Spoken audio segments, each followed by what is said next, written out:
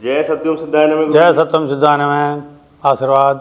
गुरुजी, जिस प्रकार अभी महाकुंभ जो है 2025 में चल रहा है और पूरी व्यवस्था प्रशासन कर रहा है उसकी, और प्रयागराज में इस साल ये हो रहा है, तो गुरुजी इसमें जैसे कि हम सभी जानते हैं कि मुख्य तौर पर जो है जो शंकराचार्य हैं उन्हीं का इसमें रहता है, और उसी में इनकी अपनी जो है क्या नाम है ये वर्चस्व बना रहता है इन्हीं कई लोगों का। बिल्कुल।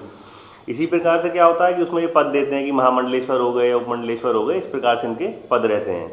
लेकिन हम देखते हैं समाज में और भी मत हैं या और भी उपदेश जिस प्रकार हम सुनते हैं, तो वो यहाँ पर इस महाकुंभ में नज़र नहीं आते हैं, और अगर आते भी हैं तो उनका कोई हेड है जो प्रतिनिधित्व करने आएगा, तो वो एज अ गेस्ट के रूप में दिखते हैं, ना कि जो है वो अपना कुछ उसमें उपदेश देते हुए या अपना कोई मेजर पार्ट उसमें प्ले करते हैं।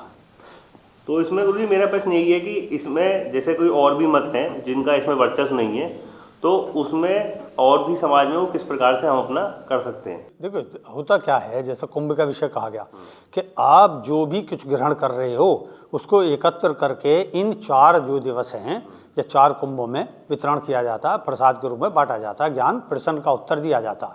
तो ऐसे ही क्या है, अब देखोगे समाज में इनका वर्चस्व है, और पब्लिक ये जानती है कि शंकराचार्यों के जो अखाड़े हैं, जितने भी अखाड़े हैं, 4 मुख्य हैं और भी हैं, जूनागढ़ अखाड़ा वगैरह, और ये सब नागांव का दीक्षा देनी वगैरह, उनको बनाना और उनकी लाखों करोड़ों की सेना तैयार करनी, और वो योद्धा सन्यासी हैं, ये है धार्मिक।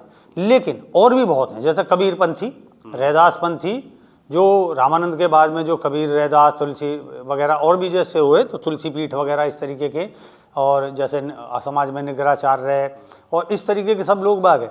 तो असल में क्या, इन्हें आमंत्रण दिया जाता है, निमंत्रण करा जाता है, तो और उससे क्या है कि भाई तुम भी एक उपदेश दे लो। लेकिन मुख्य वर्चस्व क्या है इन 4 कुंभों में, या जितने भी कुंभ और आगे होते चले जाते हैं, तो उनमें भी किसका वर्चस्व है? शंकराचार्य और उसके सिद्धांत का, अद्वैतवाद का, जिसमें अद्वैतवाद तो कहीं इतना ज़्यादा दिखाई नहीं देता, और देवी देवताओं पे अब हो रहा है कि भाई उपदेवी देवता हो रहे हैं और नए नए देवी देवताओं का उदय हो रहा है, उनका प्रचलन हो रहा है समाज में, तो इसका खंडन मंडन चलेगा। लेकिन ये तो एक इनका वर्चस्व हो गया। और समाज में होता क्या, जैसे स्थान मिलते हैं तो मूल में तो इन्हीं को मिलता है, और बाकी तो हम जैसे हमने अपने कोर्ट से लिया है ना, महिलाओं के लिए समांतर स्नान के ऊपर हमने मांग करी कि स्त्रियाँ कहाँ हैं इसमें, बाद में उसके बाद में लेके इन्होंने स्त्रियों को भी जो है महामंडलेश्वर बना दिया, जबकि मेरा ये था कि महामंडलेश्वर और महामंडलेश्वरी शब्द अलग होगा। तो ये क्या है कि शाक्त मत को भी देखोगे गहराई जाके, तो वो भी जो शिव जी का ही मिलेगा, उसमें भी पुरुषवाद है, सारे में असल में पुरुषवाद है, जिसके लिए मेरा आप और अन्य वीडियो देख सकते हैं। तो ऐसे ही मेरा ये आह्वान है समाज में, और जितने भी और संत हैं वो भी एक एकत्र हों और इकट्ठे होकर एक अपनी धर्म संसद बनाएं, और जिसमें रैदासी हों या निरंकारी हों या राधा स्वामी वाले हों, या जैसे हमारे ये रामदेव स्वामी रामदेव वगैरह योगाचार्य, तो अब ये योग के गुरु हैं। अब कोई भी कुछ भी कहे कि बिजनेसमैन वगैरह, बिना व्यवसाय के चलेगा कैसे? अब मान लो तुम्हें वहाँ पे ये पब्लिक आ रही है और इसको भोज कौन देगा? खाना दोगे, सुबह शाम का खाना दोगे, तो फ्री कहाँ से आ रहा?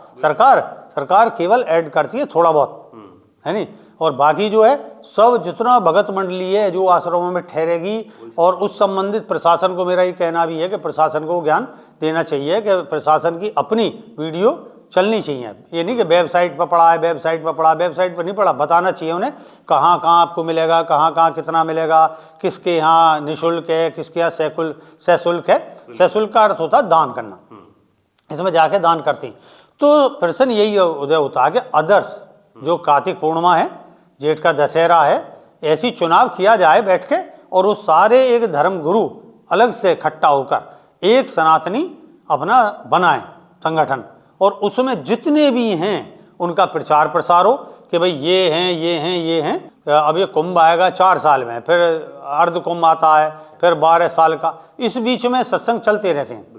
तो जो सत्संगी हैं और उनका भी बहुत बड़ा प्रभाव है समाज में, छोटे हैं, ग्रामीण एरिया में हैं, क्षेत्रीय बहुत एरियो में हैं, प्रदेशीय स्तर पर हैं, जो भी रहें कि भाई उन्हें कैसे बुलाया जाएगा वगैरह, लेकिन उनके सिद्धांत हैं भाई, उनकी मान्यता है, उन्होंने भी सनातन धर्म का प्रचार प्रसार करा। तो प्रश्न यही आ रहा है कि एक खोज करके उन्हें एकत्र होकर और इसका समाधान जन साधारण के प्रश्नों का समाधान करना चाहिए, और ये भी अति आवश्यक है वर्चस्व नहीं बनना चाहिए किसी का, कि पता चली कि शंकराचार्य है उसका सिद्धांत का वर्चस्व है, औरों का वर्चस्व ही ना है, और ये अपने हिसाब से जगह दंगे। तो कुछ मैं ब्लेम नहीं कर रहा, कहने का तात्पर्य ये है कि आप इस तरीके का संगठन होना चाहिए और इस पर पहल होनी चाहिए जिसमें सामाजिक और भी नियम बने। अब चाहे नियम पुस्तिका ला रहे हैं कि भाई दिन में विवाह होना चाहिए, रात में थोड़ा बंद होने चाहिए, या डीजे चलते हैं। डीजे से क्या होता है कि मान लो तुम्हें आशीर्वाद देने तुम्हें पितर आए, अगर तुम मानते हो इस थ्योरी को कि सूक्ष्म शरीर से तुम्हें आशीर्वाद देने आए और एकदम हुआ धमाका धड़ाक से, और पता चली कि उनका सूक्ष्म शरीर बिखर गया, तो वो तुम्हें शाप दे के जाएंगे। और इसलिए आजकल जितनी भी तलाक और मुकदमे चल रहे हैं सारे चीज़, उसके पीछे यही है कि आप वैसे तो पितरों का देवताओं का आह्वान कर रहे हो सूक्ष्म तेर पे, और फिर तुमने डीजे चला दिया, और डीजे ने हमारी झंकार, लोगों में एकदम भयव्याप, सुरीलापन खत्म, बराती कम है, डीजे उससे ज़्यादा है। परिणाम स्वरूप क्या हो रहा है? ध्वनि प्रदूषण, और उससे जो बीमार आत्माएँ क्या होंगे, मतलब जो लोग बाग हैं वो जो बीमार हैं वो एकदम श्राप देना शुरू कर देंगे। अरे कौन कमबख्त, कौन ऐसा चीज़ हो गया जिसने ऐसा कर रखा। अरे पहले बाजे बजते थे, लोग बात सोचते थे कि वो महंगे पड़ते हैं, ये थोड़ी सी अल्प धन में राशि में आ जाते हैं, अपने डीजे लगा के धुआंधार कई मतलब ऐसे जगह से लेके किलोमीटर तक भी आवाज़ जाती है उनकी, और प्रदर्शन करते हैं। और अभी बहुत किस्से हुए हैं जिनमें लोग बाग जो उससे ध्वनि प्रदूषण कारण तुरंत मर भी गए, लेकिन फिर भी सुधर नहीं रहे।